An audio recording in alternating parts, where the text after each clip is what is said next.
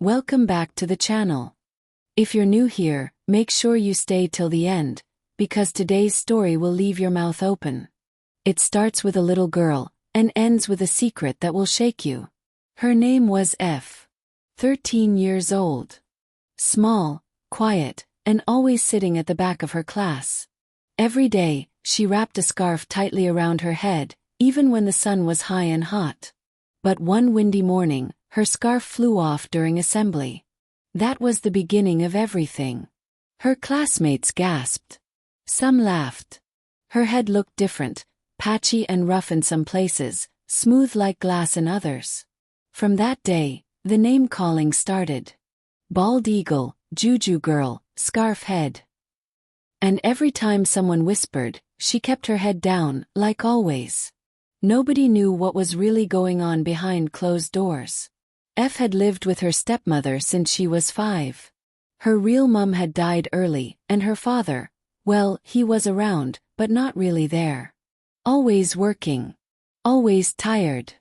Her stepmother, Mama Tina, looked perfect in public. She sold wigs at the market, wore perfume, and always greeted neighbors with a smile. But there was something off. Every Saturday, Mama Tina would call F into the room.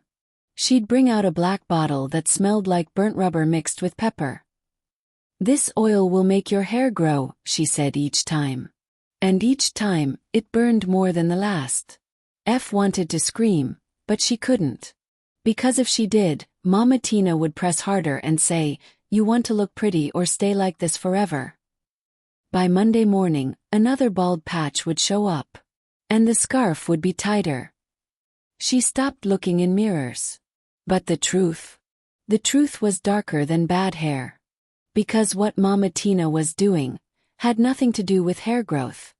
The smell of that oil haunted her dreams. Thick, black, and hot, like something that had been boiled over a fire too long. Every time Mama Tina opened the bottle, F's chest tightened. It wasn't just the pain. It was what came after. More hair would fall out. And her stepmother would just smile and say, "It means it's working."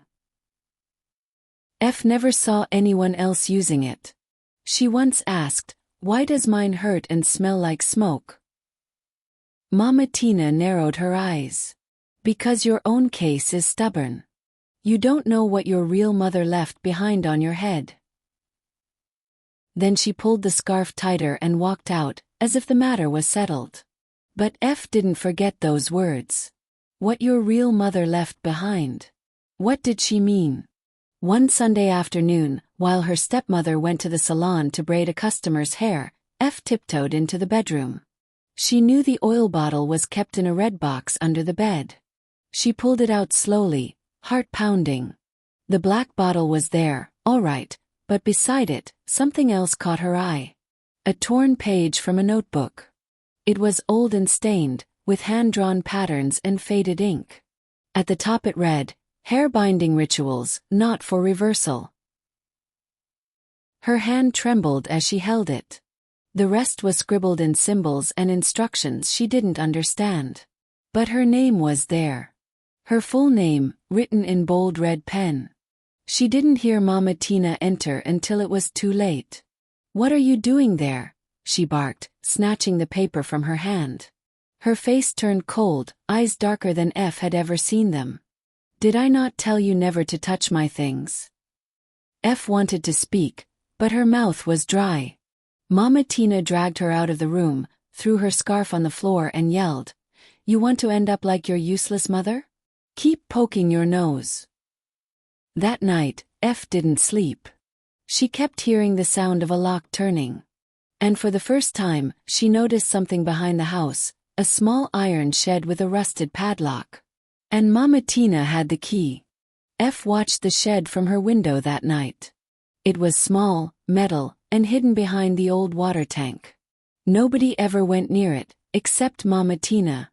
Around midnight, F saw her stepmother tiptoe out barefoot, holding a small red cloth. She glanced around like she was afraid of being seen, then disappeared behind the shed.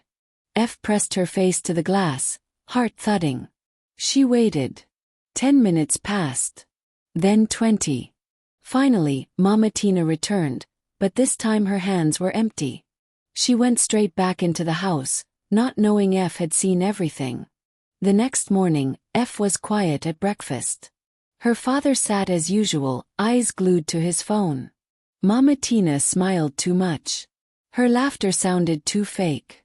But F had made up her mind. She was going to find out what was in that shed. So she did what any desperate girl would do, she lied. "I lost my school shoes behind the house," she said after school. "They slipped while I was spreading my socks." Her stepmother didn't look up. "Then go and look for them. And stop asking me stupid things." F went outside, heart racing. She stood in front of the shed and touched the lock. Rusty, but firm. She peeped through the gap in the metal and saw jars. Small jars lined up neatly on wooden shelves. Each one had hair inside. Some short. Some long. Some wrapped with red thread. Then she saw something that made her stomach turn. One jar had her name on it. She stumbled back, hand over her mouth. That night, she couldn't sleep. Her heart wouldn't slow down. She needed someone to tell. But who would believe her? Her father wouldn't. Teachers were too busy. And Mama Tina, she was already watching her like a hawk. The next day at school, she didn't go straight to class. She walked up to the school counselor's office and knocked softly. "I think my stepmother is keeping something in a shed," she whispered. "Something with my hair in it." The counselor blinked. "Your hair?" F nodded. "I know it sounds crazy. But I can show you."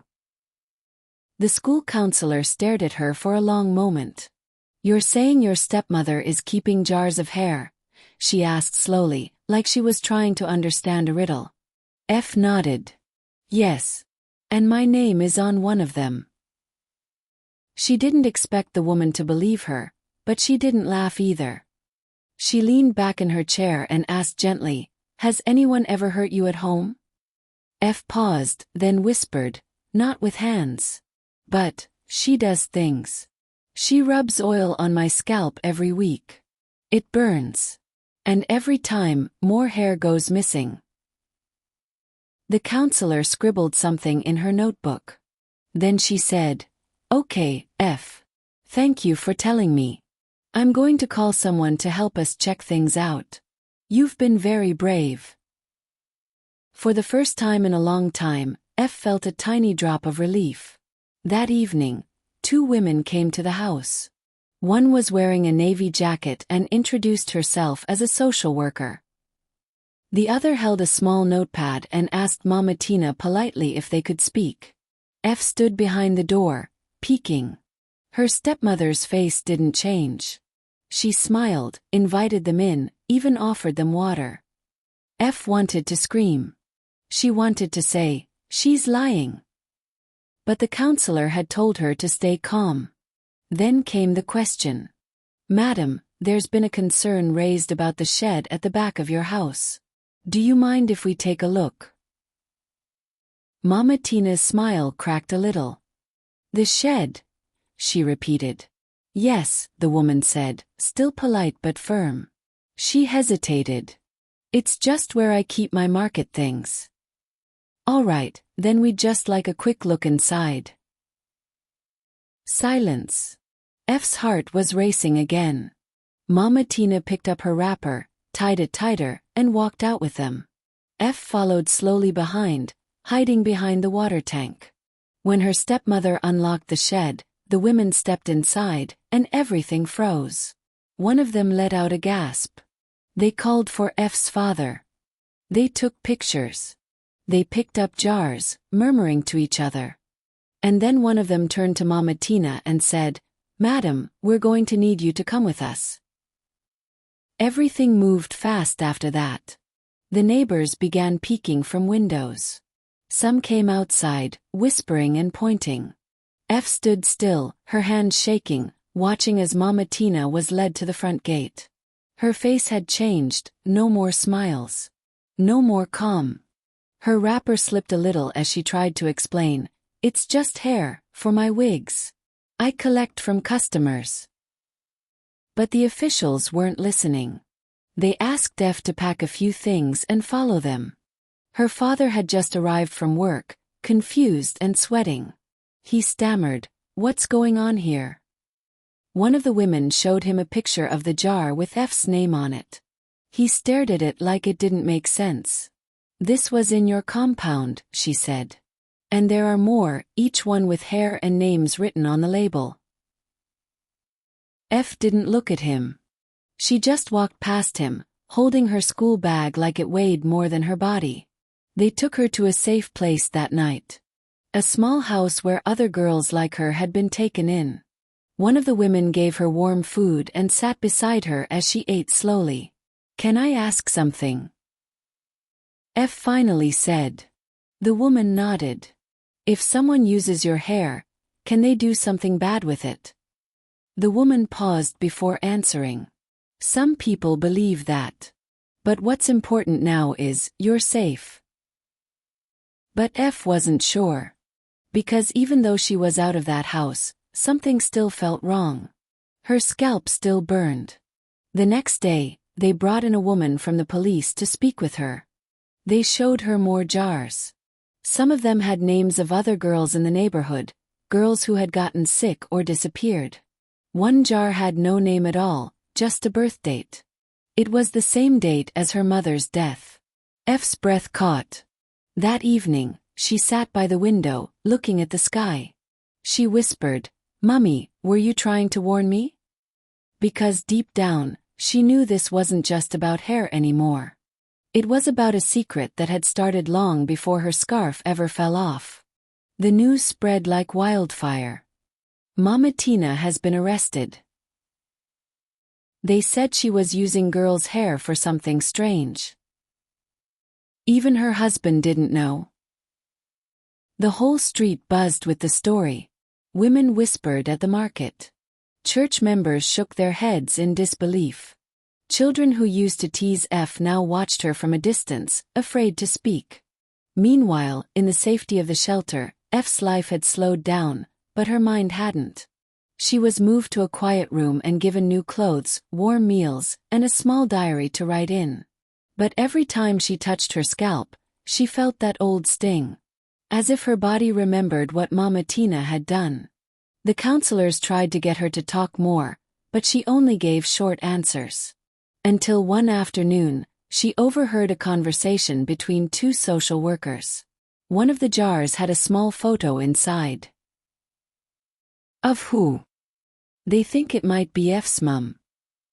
She froze. That night, she asked to see the evidence again. They said she was too young. That it would confuse her. That they were still investigating. But F had grown up in silence. She had learned how to move quietly, how to listen without being noticed. So she waited. Late at night, she sneaked into the office where the folders were kept. The files were thick, packed with photos and papers.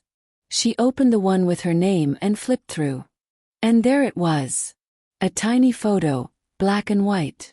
A younger version of her mother, eyes bright, hair full. Behind the picture, a page torn from a notebook, the same pattern she had seen before. Symbols. Circles. And a small line that read, "Blood connection strengthens the bond." F stared at the words. Was Mama Tina using her hair, because of her mother? Her hand trembled. She put the photo back and crept out quietly, but sleep didn't come that night. The next day, she asked a question that had been burning in her chest. Was Mama Tina related to my mum? The woman looked at her gently and said, "We're not sure yet." But F already knew. Deep in her chest, she felt it. This wasn't just jealousy. This was revenge. The truth was unwrapping itself like a rope that had been knotted for years.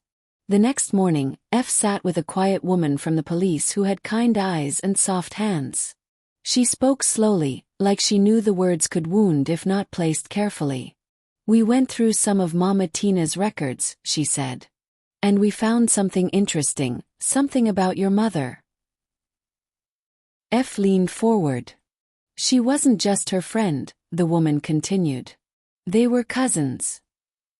F blinked. But Mama Tina never mentioned that. Exactly, the woman said. She was your mother's cousin. And they had a fight years ago, something to do with a man. We're still piecing it together. F felt cold all over. She remembered once, when she was 7, asking Mama Tina why there were no pictures of her mother in the house. The woman had simply replied, "Your mother brought trouble." Now it made sense. It wasn't just about wigs or rituals or oil. It was personal. Mama Tina hadn't been trying to grow her hair.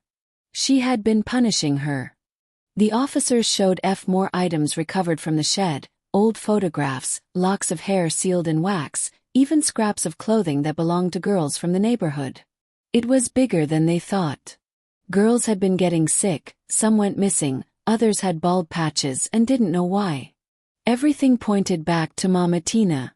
And somehow, all roads led through F. One officer said quietly, "You were the main source. The strong link. That's why she never let you cut your hair freely or go near barbers. She needed your scalp intact." F felt dizzy. For 13 years, her body had been used as a tool, for something she never asked for, never deserved. But now, she was ready to speak. She agreed to help them identify other girls in her street who had once visited the house. She told them about the black oil, the way it burned, how Mama Tina always locked the shed after midnight. She spoke, not as a victim, but as a girl who refused to be quiet anymore. Because silence had kept her bald. Now her voice would make everything grow again. The case was no longer just about F. It had become a street-wide search for answers. Other girls came forward. Some were younger, some older. One said she used to visit Mama Tina every Sunday after church for hair treatment. Another said she thought the oil she was given was just for dandruff. But one thing they all shared. Their hair had never grown back the same. The police found over 20 jars in that shed. All labeled. All linked to girls who had either fallen ill, lost hair, or mysteriously stopped coming to school. It was like a puzzle F had been trapped in without knowing. The woman who once stood in front of the church in high heels and perfume was now behind bars, no wrapper, no smile. F was called to testify. She wore a blue dress, her scarf neatly tied, her hand shaking as she took the seat. But when she spoke, her voice didn't tremble. "She told me my mother left something on my head," she said clearly. "She rubbed things on me that made it worse. And she kept jars of hair, mine and other girls." The court was silent. Mama Tina sat in the dock, her face expressionless. Then the judge asked, "Do you believe she did this out of jealousy?" F replied, "No. Not just jealousy. It was hatred. But she pretended it was love." Those words echoed around the room. After the hearing, F stepped outside and felt the sun on her skin. For the first time, she let the wind blow through her scarf without holding it down. She didn't care anymore. Let the world see her. Because now they also knew the truth. She was placed with a foster family, kind people who didn't ask too many questions. One evening, the woman gave her a comb and smiled. "You can try again." Slowly. F nodded. The scars on her scalp would take time to heal. But something was already changing. Not just on her head, but in her heart. She was no longer the girl hiding behind scarves and silence. She was the girl who uncovered the truth. And this time, her story would grow roots. Weeks passed. F settled into her new home quietly. Her foster mother, Mama Chica, was soft-spoken and always humming. She gave F space, never asked why she flinched when touched, or why she sat with her scarf uneven at night. But she noticed. One evening, as they prepared dinner, Mama Chica said, "You know, my daughter used to hate her hair too. Then she found peace in talking to it. Sounds silly, but she would stand in front of the mirror and say, "You're still mine." F smiled faintly, but her heart tightened. That night, she stood in front of the bathroom mirror, stared at the thin patches on her scalp, and whispered the same words. "You're still mine." No fire came. No burning. Just silence. And stillness. The next morning, she ran a comb gently through her hair. A few strands came out, but not like before. Her head didn't sting. For the first time in years, it felt like her scalp was breathing again. At school, things were different too. Some classmates tried to apologize. Some avoided her completely. But F didn't mind. She walked with her head higher now. When her scarf slipped, she didn't rush to fix it. Because now, her silence wasn't fear. It was strength. She joined a creative writing club. Her first story. The Girl Who Grew Back. It was fiction, but not really. The teacher read it twice and said, "There's pain in these lines, but also fire." One afternoon, while clearing out old books from the school library, F stumbled on something tucked inside a forgotten textbook. A letter. Written in neat cursive. The signature at the bottom made her freeze. Ifioma. Her mother's name. The letter spoke of forgiveness. Of heartbreak. Of betrayal by someone close, someone who once braided her hair and whispered false prayers. F held the paper to her chest. Tears slipped down silently. Now it all made sense. Her mother had been trying to fight back even before she passed. And somehow, that strength had found its way to F. Not through curses. Not through rituals. But through quiet defiance. And love. Months had passed. F's hair had started growing again, soft, uneven, but hers. The patches were still there, but something had changed beneath the surface. People saw a girl. But F knew she had become something else. A fighter. One Saturday morning, she sat by the veranda with Mama Chica, peeling yam. The radio played High Life in the background. For the first time, she laughed without watching who was looking. Her laughter wasn't small anymore. It stretched. "I want to write a book one day," she said suddenly. Mama Chica looked at her with soft eyes. "Then write it." F nodded. She had already started in her diary. Page 1 began with, "My name is F. And I survived something no one should ever go through. But I'm still here." Sometimes, at night, she still dreamed of the shed. The jars. The burning oil. But now, she dreamed of the day the wind would blow through her hair, and it wouldn't fall. She dreamed of standing in front of a classroom, telling girls like her that they were not broken.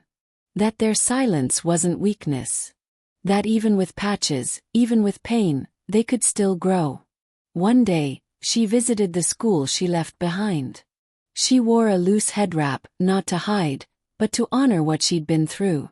The teacher invited her to speak to the class. She stood there, her voice steady. "My hair didn't grow for years." People laughed. Some stared. But what they didn't know was, someone I trusted was taking from me in silence. The room went quiet. But I found the truth. And I spoke up. That was the day I began to heal. When she finished, the room stayed still. Then a girl in the back raised her hand. "My aunt rubbed something on my head too. It hurts, but she says it's good." F walked to her and gently said, "Tell someone. You deserve better." Because she knew now. The most powerful thing a girl can grow isn't hair. It's her voice. And F's had finally grown loud enough for the world to hear.